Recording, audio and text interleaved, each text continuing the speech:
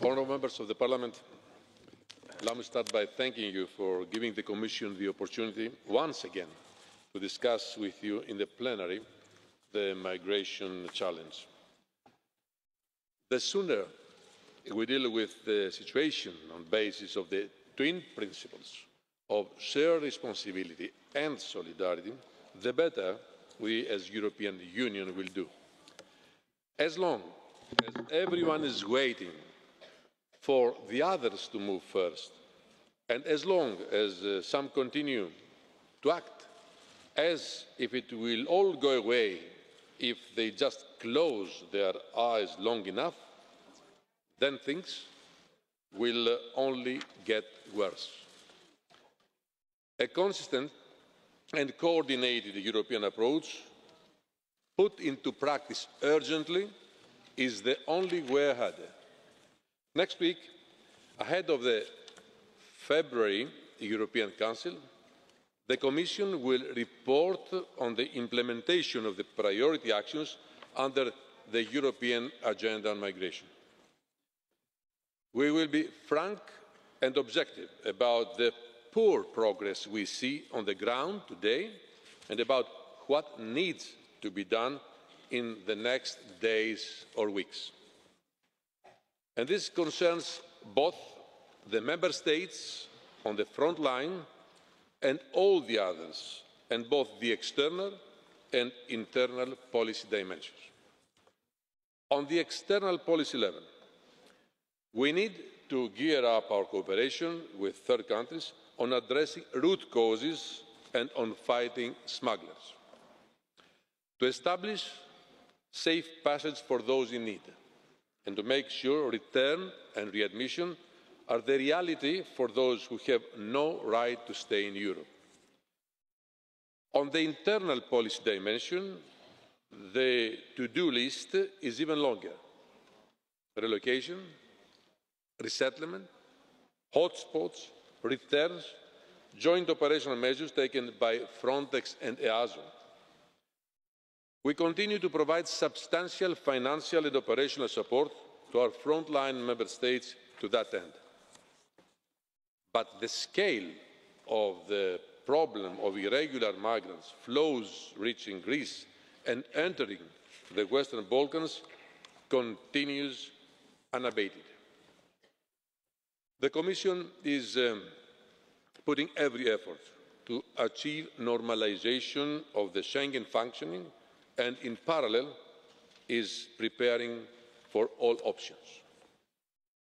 But let me repeat clearly, this is not about the end of Schengen or cutting off a Member State.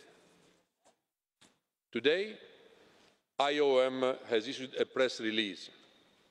The numbers are dramatic.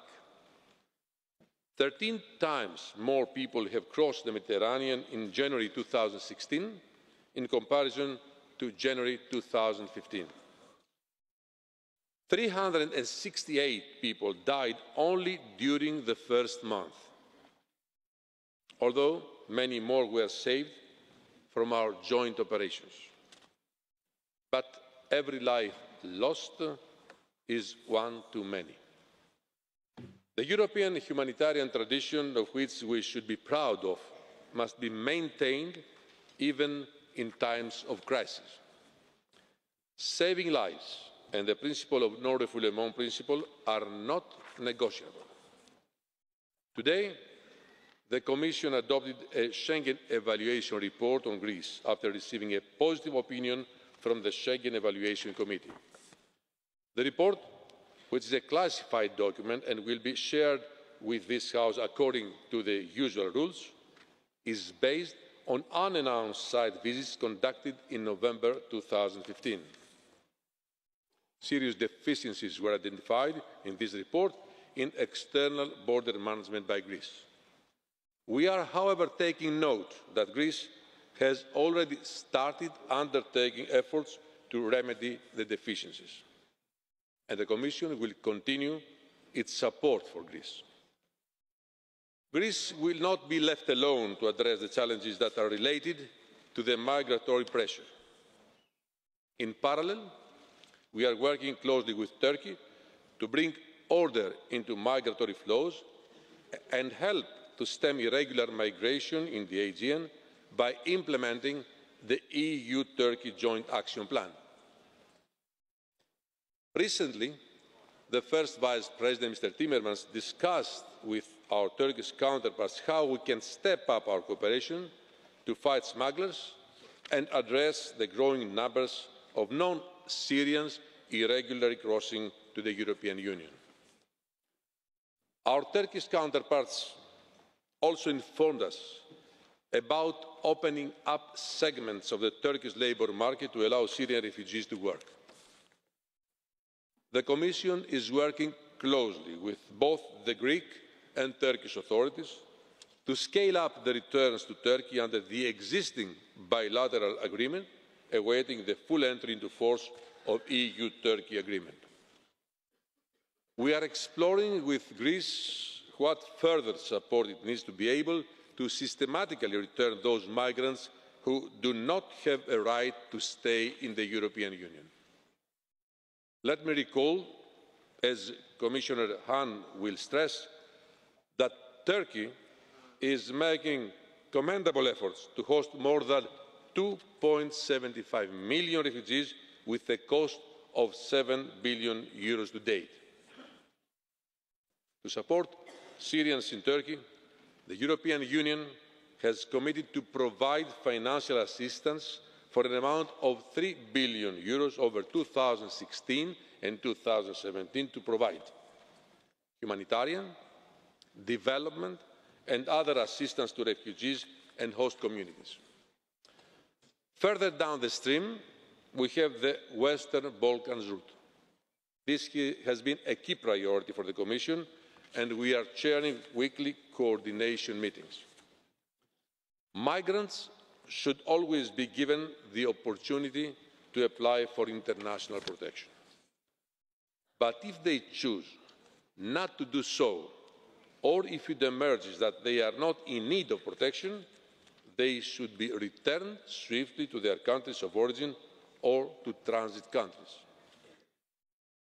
This will be always done subject to a prior non-refoulement and proportional check in accordance with international law. Non-refoulement is an essential basic safeguard and a legal obligation that we owe to each and every refugee. However, this principle is not incompatible with our effort to ensure much more effective return of irregular migrants throughout the European Union.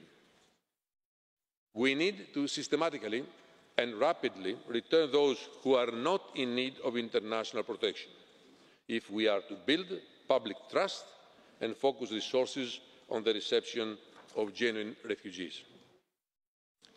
But we must also do more to promote legal channels of protection for those in need, such as resettlement measures. The more we can provide credible and effective support to those in need of international protection, the less they will feel the need to take the route of irregular migration.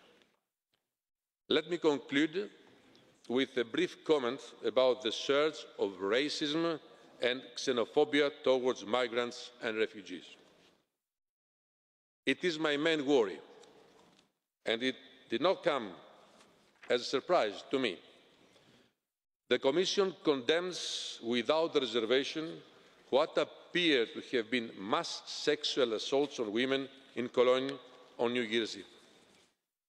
But it is too simplistic to conclude that all refugees and migrants are threats to our public order. They are not. And those fleeing from horror and war deserve our respect even more than anyone. We therefore strongly condemn all forms and manifestations of intolerance, including public incitement to racist or xenophobic violence or hatred. And it's clear, we will need to step up our efforts here too. The European Union is facing a crisis like no other before.